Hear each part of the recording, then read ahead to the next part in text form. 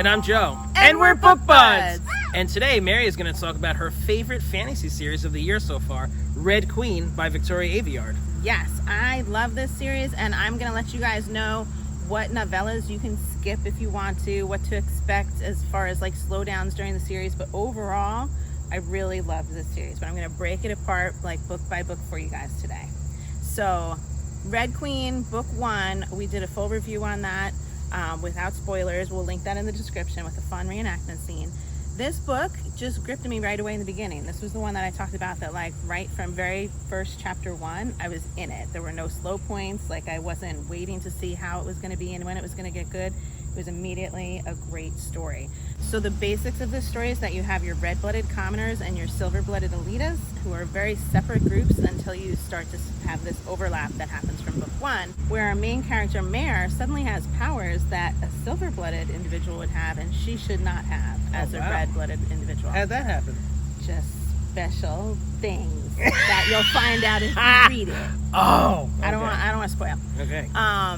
But it's so special things. Yeah. But so it's very special and unique that she has these powers. Okay, so that's where book 1 starts out. As you go through the series, there's basically 4 books in the series, but there's a number of additional novellas, companions that go along with it. So through the 4 books, you have like a war that unfolds. So that's the bulk of what happens in book 2, 3, and 4 is the battle between these 2 different groups and trying to make a change in how their society lives and functions and like equal out the imbalance of power. Okay? That's a long war. A very long war, yes. Okay. And I mean, it has different layers to it as it goes through these books.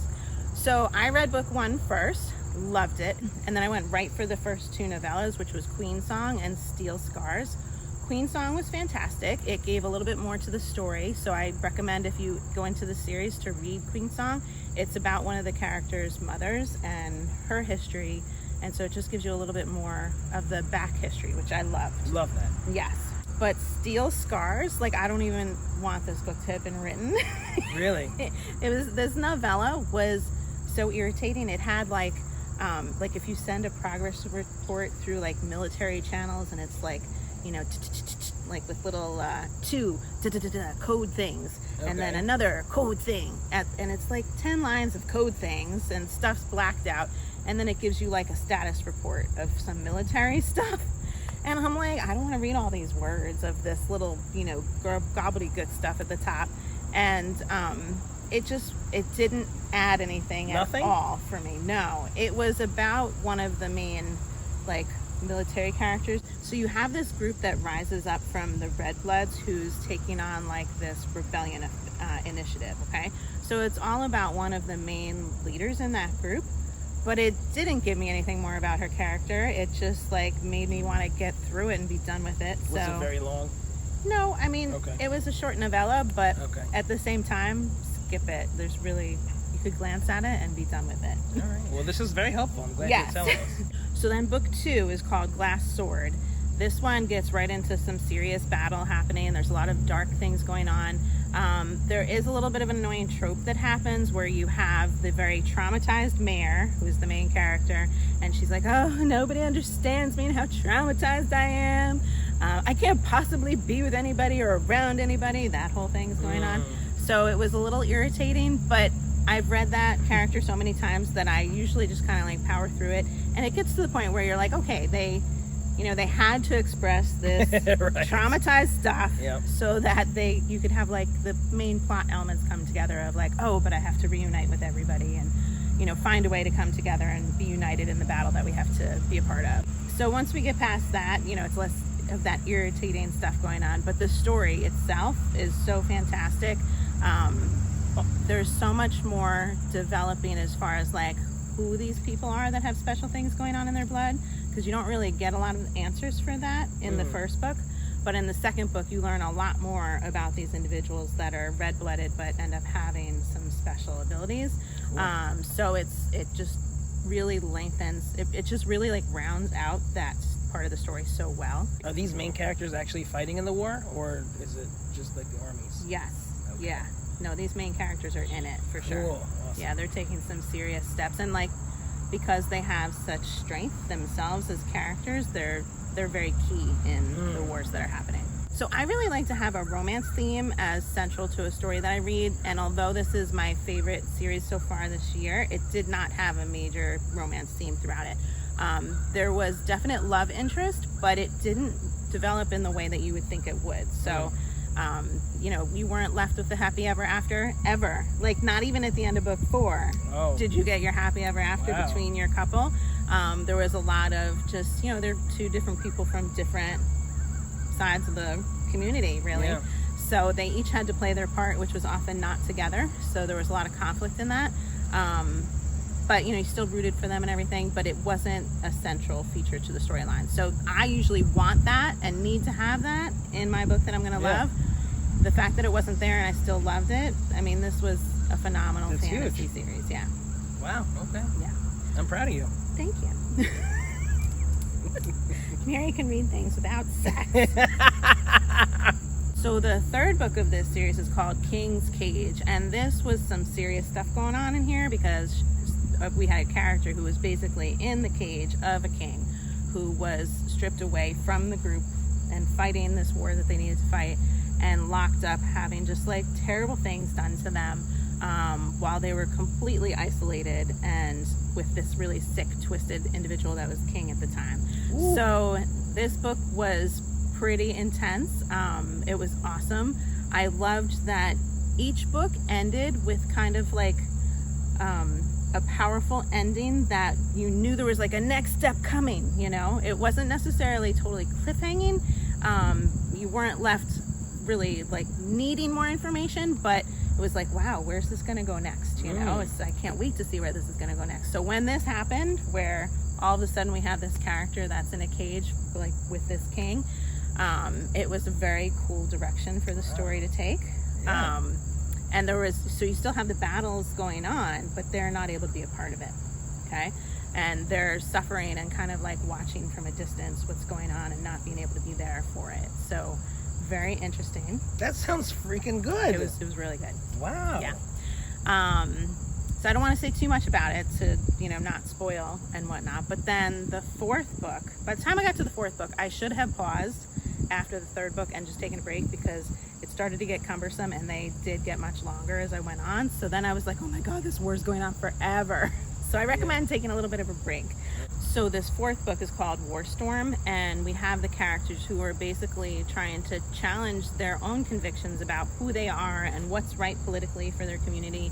And, you know, they're really stuck with their ideas about how things need to be run, and it's just everything's gonna fail if nobody's willing to change. So it's kind of like that battle and resistance of change, but ultimately like the realization that something's got to give. And so it will take you to the point of like, all right, you know, this community is going to change. It's gonna have a different way of running things, a more equal and balanced way of running things. And it's just like a saga of how are we gonna get to that point. So when I was reading this book, the fourth book, I knew that there was a 4.5 after the book, and I wasn't quite sure what that 4.5 was. And the 4.5 book was also like 1,000 pages or something ridiculous. Oh my gosh. And so when I finished the fourth book, I thought I was getting a whole nother like ending to it, which you're not, okay? So know right now, the book ends at the end of the fourth book. Okay? So does the last novella go back in time? Or? So the last novella is called Broken Throne, and it gives you the first 2 novellas in it. So I'd already read those, so minus those pages, okay? Then it gives you a really, really, boring chronology of like this historical stuff before any of these stories began. It's like, this king sat on the throne from this date till that date. I personally have a really hard time with history, like our own history. I just fall asleep if I'm reading history. And so here I'm reading history about these kings that I didn't even know or care existed before the current king. And I'm like, I can't read this historical stuff. So skip that if you don't like history. There were a couple of novellas in here that had some value, but they were just a couple. And so the book really does end at the end of the fourth story. And it's not a happily ever after, everything wrapped up in a nice pretty bow. It was a good, decent ever after, but not a happily ever after. The ones that are worth reading in the Broken Throne, there are 4 of them. The first one is about some characters that have nothing to do with the story at all, so it's kind of odd that that novella is in there, but it was a beautiful story between two characters that lived somewhere in a different region, and they kind of mentioned the chaos of what was going on. So it's comes up alongside the story, but I liked it just for its own story in and of itself. Like, those two characters were great. They had quite the adventure on a river. And I would like to actually see a whole book from that short novella, but it's not necessarily one that is going to add anything to the story that you're reading. That one is called World Behind, if you want to skip that one, but it's still a nice story if you want to read it. And then you have 3 short novellas that give you a kind of like a epilogue for 3 different characters from the main series. So Ironheart is about Evangeline, who's one of the main characters that's from the silver part of our communities. And she is really badass. This woman, she manipulates metal, and so she can like make a gown out of the metal in the room. She can just like pull it to her from the air. Wow. And make this gorgeous thing that she's wearing a weapon, because she can take any fragment off that gown and throw it as a bullet and like slice your neck. That sounds good. Yeah, she's a fun character throughout this entire series. Oh my gosh. So her novella at the end gives you a nice little epilogue for her and where she's going to take her life, which was nice. Then you have Firelight, which is your epilogue for the main character, Mare, and that gives you kind of the happily ever after that you want to get. It's not a super big happily ever after, but for those of us like me that wants a nice little romance ending, it gives us a little bit of that in that novella, which I was thankful for. And then the very final one is Farewell, and the final one is a male main character, and it's his epilogue. And I have to say, like, instead of ending it on like a really uplifting note, it's kind of a bleak review of some really painful things that he went through. So it's not the typical merry happy ending way to end on that note, but it was interesting to see the struggle that he had, and that epilogue gave it to us. So why didn't we buddy read this? Because we can't seem to read things at the same time. This sounds phenomenal. I do think you would love it. Wow. Yeah, I think this is a series you would enjoy. Holy crap. Yeah. I'm behind now. I know. Now I feel like I have an assignment. And now when Joe gets to read it, he's going to be like, oh my God, Mary, that part with blah, blah, blah. I'm going to be like, wait, let me think. Let me think. Right. Yep. See, this is the issue. Yeah, it's a good series. So anybody out there that's finished reading the series, let us know what you thought of the series. And if there's anybody that thinks you're going to pick it up from this review, enjoy it. I hope you like it. Let us know what you think. Thanks for telling us. Yeah. I'm so excited. And if you're enjoying Book Buds, give us a thumbs up. And share us with your friends. And subscribe to our channel, Book Buds! I love my Book Buds. Hi, I'm Mary. And I'm Joe. And we're we're Book Buds! And today, Mary is going to tell us her favorite fantasy series of the year so far. You had to say that. And today... And today cracks me up, man. Every single time. How do you say "and today"? And today... And today... I'm going to start saying "and today." And today... And today... You're like, and today... Say it. And today... Oh, see, no. No? You got to do it naturally. I know, naturally. It's more Next like... time. And today... I don't know what I say. No. Mm-mm. That's not it. I can't do it. And today... From now on, I'm going to say "and today."